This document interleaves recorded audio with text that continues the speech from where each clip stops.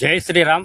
ఓసారి ధర్మరాజు దగ్గరికి శ్రీకృష్ణుడు ఆర్యవాసంలో ధర్మరాజాదులు ఆరణ్యవాసం చేస్తున్నప్పుడు శ్రీకృష్ణ భగవానుడు ఆరణ్యానికి వెళ్ళాడు పలకరించి వద్దామని. పలకరించిన తర్వాత అన్ని చెప్పిన తర్వాత శ్రీకృష్ణుడు వస్తున్నాడు.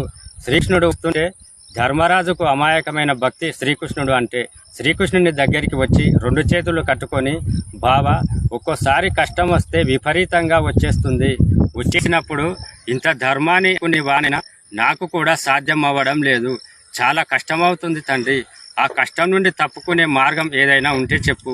ఒక్కోసారి సంతోషమైన విషయాలు వస్తాయి, అప్పుడు కూడా తట్టుకునేందుకు కావడం లేదు. అక్కడ కూడా నా స్థితిని నేను కోల్పోయి దానికి గురవుతున్నా.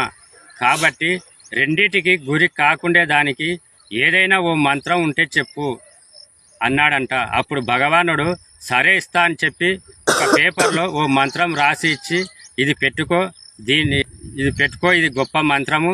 దీని నీకు అతి కష్టం కలిగినప్పుడు మాత్రమే ఇప్పు, అతి సుఖము కలిగినప్పుడు మాత్రమే ఇప్పు. నువ్వు తట్టుకోలేవు అనే పరిస్థితి వరకు దీన్ని ఇప్పుకోవద్దు, అప్పుడు మాత్రమే ఇప్పు అని చెప్పాడంట. సరేలే అని చెప్పి వచ్చాడంట. సన్న కష్టాలు ఎన్నో వచ్చినాయంట, దానికేం ఇప్పలేదంట. ఓసారి భారీగా అనిపించిందంట కష్టం, ఇంకా తట్టుకోలేను అనిపించిందంట. మనకు కూడా జీవితంలో ఎన్నో అనిపిస్తూ ఉంటాయి. ఈ బ్రతికే వద్దు సద్దామని ఆలోచిస్తూ ఉంటాము. అలాంటి పరిస్థితిలో ఇప్పి చూశాడంట. ఏమో గొప్ప మంత్రమేమో అనుకున్నాడంట. ఇప్పి చూస్తే ఇది కూడా దాటిపోతుంది అని రాసిపెట్టాడంట భగవానుడు.